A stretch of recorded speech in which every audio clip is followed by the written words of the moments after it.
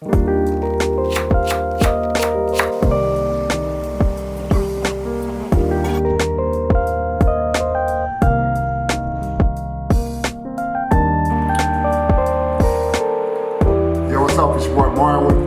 I'm making a braised cabbage recipe. It's a creamy cabbage. Gonna add some cream and some cheese to add a lot of flavor to bounce off of some of the bitterness and some of the off flavors and some of the other ingredients. I got some fennel here. Just gonna cut up. Fennel is tricky. You gotta make sure you get rid of the core. You don't want to eat that. So I'm just gonna cut that out.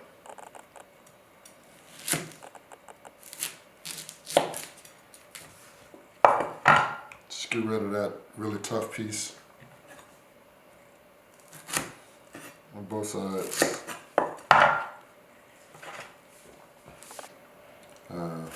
I'm gonna cut mine this way.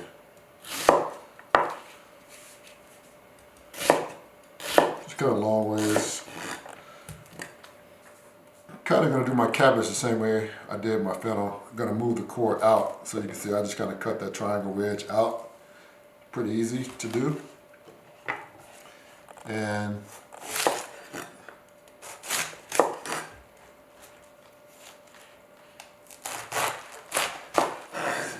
I want these thin, so I'm going to cut these this way. So when I say thin, like literally, I'm shredding these. It's gonna be like kind of a shredded cabbage dish. Feel me? I'm gonna use the mustard greens for color and flavor as well, but mainly for color. I needed to contrast against all the light color of the cabbage and the onions and the fennel. So I'm gonna cook these in the shrimp, in the shreds. So I roll these up like a cigar and literally just cut across. And then I'm gonna add these in. I don't have a lot. Again, I really want to change the color, or just kind of add some contrast, and then get the flavor of those mustard greens.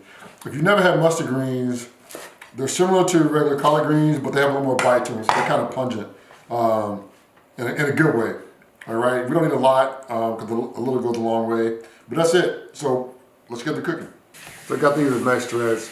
You will want to wash these because they have a lot of dirt and grit on them, so you'll want to clean these before you start cooking. I got my water running here, getting ready to set up now, but just wanted to make sure you were aware. So we'll start with some butter.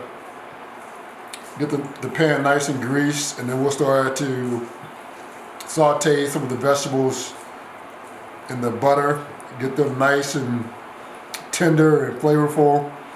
And we're just gonna layer in flavors as we go. You know how we kind of do it. You've been here before.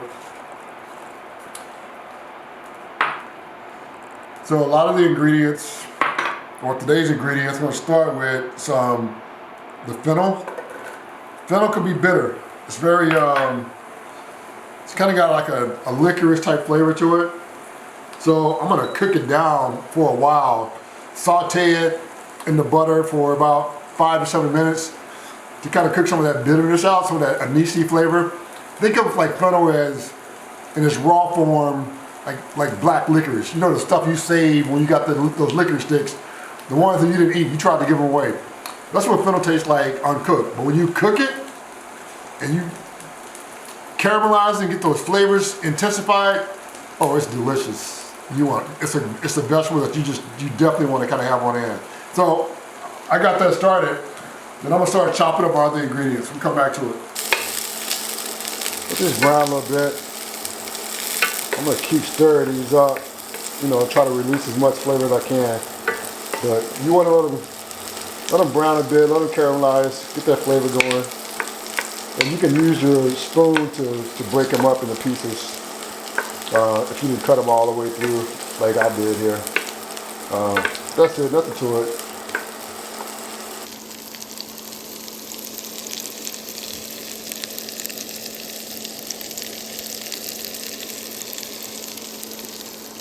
You can see the color changing. That's a good sign. Starting to brown.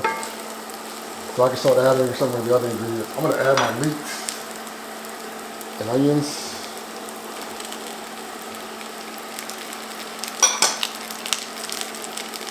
Those are the leeks. I got the onions going too. The onions are probably overkill, but you know, since I got leeks and they're kind of in the same family. But whatever. It's gonna be a lot of flavor here.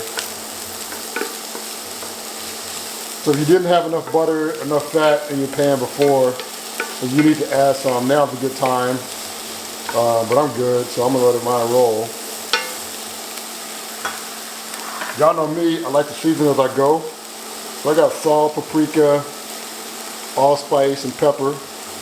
Then I'm gonna add, the heat from the skillet will help release some of the flavor and the spices.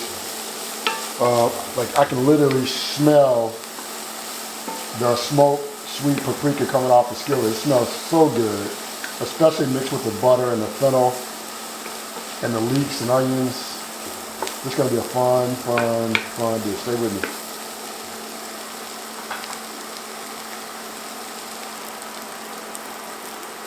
I'm gonna add my garlic now. You don't want this to cook too long, maybe about 30 seconds or so. Otherwise, you run the risk of burning the garlic, and you don't want that because that adds flavor that we're not really trying to deal with today. But oh my goodness, it's smelling pretty good, if I don't say so myself. All right. I got my mustard greens. You can use other dark greens if you choose. This is what I had available. If you prefer not to have mustard greens, you know, spinach will work, Swiss chard. Just know they're gonna all have like different flavor profiles.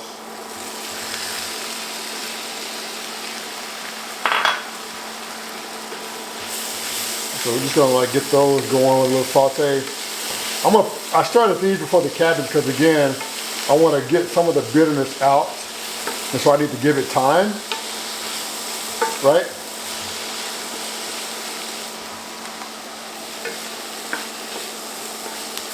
And I'm also going to season again because, like I said, greens taste great, but they need a little help sometimes.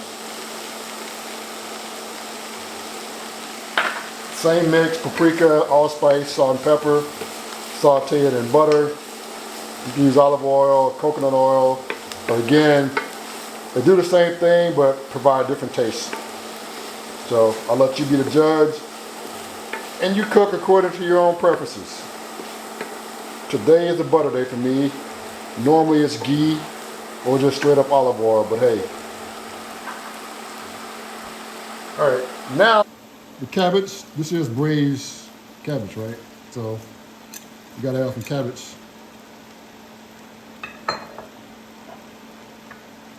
So the main thing is you want to try to maneuver the cabbage so that like it soaks up all of that delicious flavor you've been building in the pan. And then we'll cover it up and let it cook down some. But for now, I'm gonna, you know, kind of toss a little bit in this oil, and then we'll be good to go. So once I have it, you know, pretty much soaked all the different pieces of cabbage along with the other ingredients, then I'm just gonna cover it and let it cook for about 15 to 20 minutes or so, stuff like that. I mean, you can check to see if it's, you know, wilted enough and the cabbage is cooked to your liking, but that's really all to it. And before I top it off though, I'm gonna add some more of that seasoning.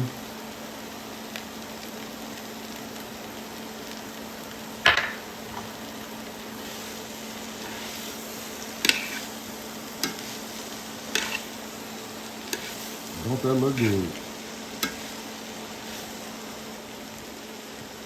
So that's it. So we're gonna cover that, let it cook at a simmer for about 15-20 minutes. You can check back, be good. Maybe 7 or 8 minutes into the cooking, you might want to check in and just make sure everything is like cool. But if you got a good cookware and you're not cooking on too high heat, you're gonna be just fine. I'm just gonna check and also give it a nice little stir. You can see it's starting to wilt. So it means that, you know, the cabbage is starting to cook pretty good. It smells great. I love the aroma. You can see the color.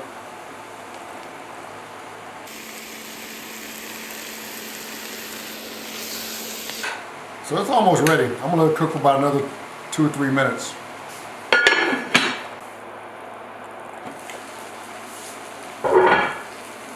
Alright, so we're gonna reduce the heat down because we're gonna add some cream, and I don't want the cream to cook too fast because then it'll curl up and all kind of unsightly, ungodly things will happen.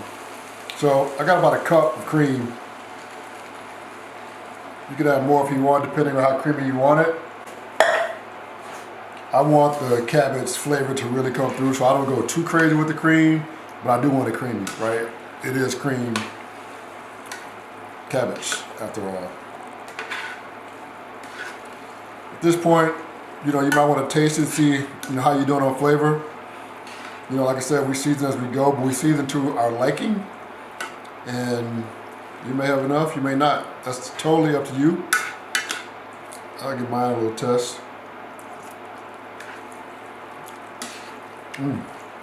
That's working out nice. It's working out nice.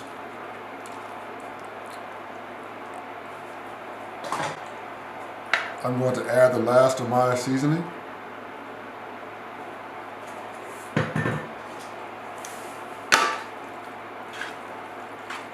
And I'm going to cover this and let it simmer at low heat for about 5 to 10 minutes. We'll check soon. Gotta be good to go. So at this point, you know, you can just kind of dive in. You can let it cook some more if you want that to get even thicker.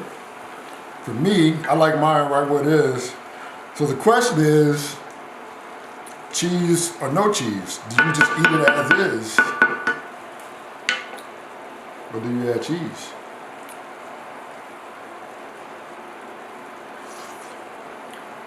That's how cheesy you want it. It's your call. I'm going like this, and then I'm gonna add some cracked pepper to finish it off. But honestly, I think that ought to do it. Like this.